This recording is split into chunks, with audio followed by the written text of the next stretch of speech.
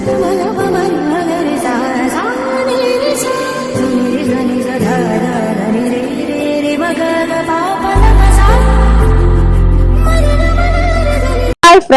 Welcome to Umaraja life style. இன்னைக்கு வீடியோல நம்ம என்ன பார்க்க போறோம் அப்படிங்கறத பாக்குறதுக்கு முன்னாடி எல்லாருக்குமே இனிய சித்திரை திருநாள் நல்வாழ்த்துக்கள் தெரிவிச்சுக்கிறேன். இந்த சித்திரை திருநாள் ஆரம்பத்துல இருந்து எல்லாருக்குமே நல்ல நல்ல விஷயங்களாவே நடக்கட்டும், நல்ல நல்ல விஷயங்களே கிடைக்கட்டும், நம்மளுமே நல்லதே நினைப்போம் அப்படிங்கறத சொல்லியே நான் ஆரம்பிக்கிறேன். எல்லாருமே ரொம்ப ரொம்ப ஹாப்பியா இருங்க ஃப்ரெண்ட்ஸ். அப்புறமா இன்னைக்கு வீடியோல என்ன அப்படின்னு பாத்தீங்கன்னா, சித்திரை திருநாள் வருது இல்லையா, அதனால முந்தின நாளே வந்து வீடை எப்படி எப்படி கிளீன் பண்ணலாம் அப்படின்னு சொல்லிடுறாங்க. இன்னைக்கு எப்படி கிளீன் பண்ணிருக்கேன் அப்படிங்கறத, எப்படி எப்படி நாள் போச்சு அப்படிங்கறதையுமே நான் வந்து ஷேர் பண்ணிருக்கேன். இப்போ அடிக்கிற வெயிலுக்கு எல்லாம் பாத்தீங்கன்னா கண்டிப்பா நம்மளோட ஸ்கின் எல்லாம் ரொம்பவே கேர் பண்ணி தாங்க பார்க்க வேண்டியதா இருக்கு. வீட்டுல இருந்தாலுமே சன்கிரீம் யூஸ் பண்ணணுமா அப்படிங்கறது நிறைய பேரோட யோசனையா இருக்கும். ஆனா கண்டிப்பா யூஸ் பண்ணுங்க. வீட்டுல இருந்தாலுமே நம்ம வந்து இப்ப அடிக்கிற வெயில் காலத்துக்கு இது வரைக்கும் நீங்க யூஸ் பண்ணாம இருந்தாலும் கூட இப்ப இருக்கிற வெயிலுக்கு வந்து கண்டிப்பா நீங்க வந்து சன்ஸ்கிரீம் யூஸ் பண்ணுங்க. நானுமே என்னோட ஸ்கின் கேர் எல்லாமே முடிச்சுக்கிட்டேன். முடிச்சதுக்கு அப்புறமா பாத்தீங்கன்னா ஹரிஷ்க்கு இன்னைக்கு வந்து ஆஃப் டே அப்படிங்கறதுனால கொஞ்சமா ஒட்டடை அடிச்சு மட்டும் கிளீன் பண்ணி கொடுன்னு சொல்லி கேட்டிருந்தேன். அவனுமே எனக்கு ஒட்டடை மட்டுமே தட்டி விட்டு தந்திருந்தான்.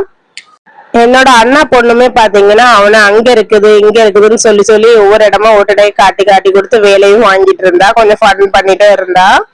அப்படி இப்படின்னு சொல்லிட்டு எங்களோட வேலைகள் எல்லாமே அப்படி ரொட்டீனா ஸ்டார்ட் ஆயிடுச்சுங்க. நானுமே மார்னிங்கே பாத்தீங்கன்னா கொஞ்சம் ஒரு ரவுண்ட் வந்து மிஷின்ல வந்து துணியும் போட்டு விட்டு ஏற்கனவே காயவும் போட்டு விட்டுருந்தேன். அதுக்கப்புறமா கொஞ்சம் பெட்ஷீட்டுமே வந்து ரெண்டா தான் போட முடியும் அப்படின்னு சொல்லிட்டு பாத்தீங்கன்னா முடிஞ்ச அளவுக்கு போட்டு போட்டு காயவும் வச்சு எடுத்திருந்தேன். ஒரு நாள் தாங்க மழை விழுந்தது, அதனால வந்து கொஞ்சம் துணி வந்து கூடவே சேர்ந்துடுச்சு. அதனால வந்து இன்னைக்கு கொஞ்சம் அதிகமாவே மிஷின் ரன் பண்ற மாதிரி ஆயிருந்தது. டெய்லியுமே பாத்தீங்கன்னா எனக்கு இந்த வீடை கூட்டி வாடுறதே பெரிய டாஸ்கா இருக்குதுங்க. எத்தனை தடவை கூட்டி வாரினாலுமே இந்த மாதிரி குப்பை வந்து மட்டும் வந்துட்டே இருக்குது.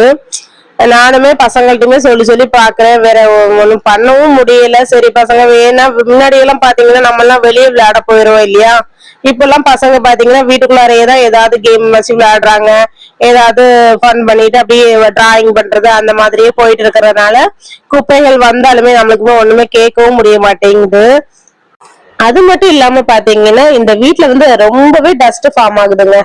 எப்படிதான் நம்ம தொடச்சு விட்டாலும் எப்படிதான் வருது அப்படிங்கறதே தெரியல. இன்னைக்கு எங்க தொடச்சு விட்டீங்க அப்படின்னாக்கா மார்னிங் பார்க்கும்போது அப்படி டஸ்ட் அதுல வந்து அப்பட்டமா தெரியுது. அதுல இந்த டிவி வீட்டுல எல்லாம் பாத்தீங்கன்னா அப்படியே இந்த நம்ம வந்து கை பதிச்சோம் அப்படின்னாக்கா அந்த டஸ்ட்ல அப்படி கை பதிச்சு அது அசிங்கமா அப்படி இப்படி திட்டாவே இருக்கும். டக்கு டக்குன்னு வந்து டஸ்ட் வந்து ஃபார்ம் ஆகுது. இந்த என்ன பண்றேன்னு தெரியல, டெய்லி தொடச்சு விட்டுட்டே தான் இருக்கிற மாதிரியே இருக்குது. சைடு பை சைடா பாத்தீங்கன்னா நான் வந்து மாவுமே அரைக்க போட்டிருந்தேன். இந்த வேலைகள் எல்லாம் முடிக்கிறதுக்குள்ளாடி வந்து அதுமே அரைச்சு எடுத்துடலாம் அப்படின்னு சொல்லிட்டு பாத்தீங்கன்னா அதுமே வந்து கிரைண்டர் எல்லாம் போட்டு விட்டுட்டேன். இதெல்லாம் பாத்தீங்கன்னா நான் வந்து மார்னிங் வந்து காய போட்ட கிளாத் தாங்க. இது எல்லாமே நல்லாவே ட்ரை ஆயிடுச்சு. அதையுமே நம்ம எடுத்துடலாம் அப்படின்னு சொல்லிட்டு பாத்தீங்கன்னா எடுத்துட்டேன். இது பாத்தீங்கன்னா ஃபர்ஸ்ட் ரவுண்டு. அதுக்கு இடையில பாத்தீங்கன்னா 2 பெட்ஷீட்டுமே போட்டு காய விட்டுருந்தேன். அதுக்கப்புறமா மறுபடியும் கிளாத் போட்டிருக்கேன். இவ்வளவு துணியுமே நம்ம பறக்க எடுக்கிறதுக்குள்ளாடி காலுமே ரொம்ப பாதிச்சிடுச்சு. ஃபேஸ் பாத்தீங்கன்னா அந்த அளவு எரிச்சல் ஆயிடுச்சு.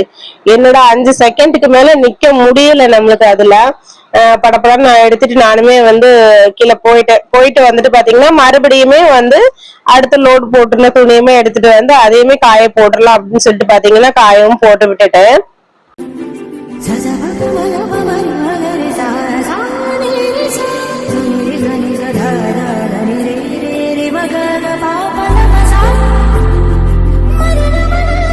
துணியுமே காய போட்டு விட்டுட்டேங்க. இந்த துணி காய போடும் போதே பாத்தீங்கன்னா எனக்கு வந்து மைண்ட்ல ஓடிட்டு இருந்தது, நைட்டுக்குள்ளாடி இது காஞ்சு முடிச்சிரும், அதை வந்து மடிச்சுமே வச்சுடணும் அப்படின்னு சொல்லிட்டேதான் என்னோட மைண்ட்ல ஓடிட்டு இருந்தது. அப்படின்னு சொல்லிட்டு துணியுமே காய போட்டு வந்து நானுமே ஃப்ரெஷ் அப் ஆயிட்டு வந்துட்டு வீடுமே மாப் போட்டு விட ஆரம்பிச்சிட்டேன். இந்த 2 ரூம்ல கூட ஈஸியா மாப் போட்டு விட்டுலாம். இந்த ஹால்ல உட்காந்து சாப்பிடுற இடமா இருக்கட்டும், அந்த கிச்சனா இருக்கட்டும், ரெண்டுமே மாப் போடுறதுக்கு தாங்க எனக்கு பெரிய சிரமமா இருக்கும். சின்ன சின்ன திட்டாவது ஏதாவது கிரேவி கொட்டி இருக்கிறதோ இல்லைன்னா ஏதாவது காஃபி அந்த மாதிரி ஏதாச்சும் அதில் கொட்டி கொஞ்சம் மெர்சியாயிதான் இருக்கும். அதை கிளீன் பண்றதுக்கே ரொம்ப டைம் எடுக்கும். ஃபைனலா வீடுமே மாப் போட்டு விட்டுட்டேன். அதுக்கப்புறமா எல்லா படிக்கட்டு மாடியில இருந்து கீழ் படிக்கட்டு வரைக்குமே எல்லாமே தூத்து எடுத்து கிளீன் பண்ணியும் விட்டுக்கிட்டேன். அதுக்கப்புறமா மறுபடியும் லோடு போட்டு விட்டுருந்தேன். அதாவது பெட்ஷீட் 3 பெட்ஷீட் மட்டும் பெண்டிங்ல இருந்தது. சரியா அதையும் விடுவானு அப்படின்னு சொல்லிட்டு பாத்தீங்கன்னா அதையுமே மிஷின்ல ஒரு லோட் போட்டு விட்டு காய வச்சிடலாம் அப்படின்னு சொல்லிட்டு இது மட்டுமே பெண்டிங்ல இருக்கிற மாதிரியே மைண்ட்ல ஓடிட்டு இருக்கோம். ஓகே ஃப்ரெண்ட்ஸ், இந்த வீடியோ எல்லாருக்கும் பிடிச்சிருக்கும் அப்படின்னு நினைக்கிறேன். கண்டிப்பா கமெண்ட்ல சொல்லுங்க. அப்புறமா நம்ம சேனலை சப்ஸ்கிரைப் பண்ணி வச்சுக்கோங்க, லைக் பண்ணுங்க, ஷேர் பண்ணுங்க. நெக்ஸ்ட் வீடியோல பார்க்கலாம்.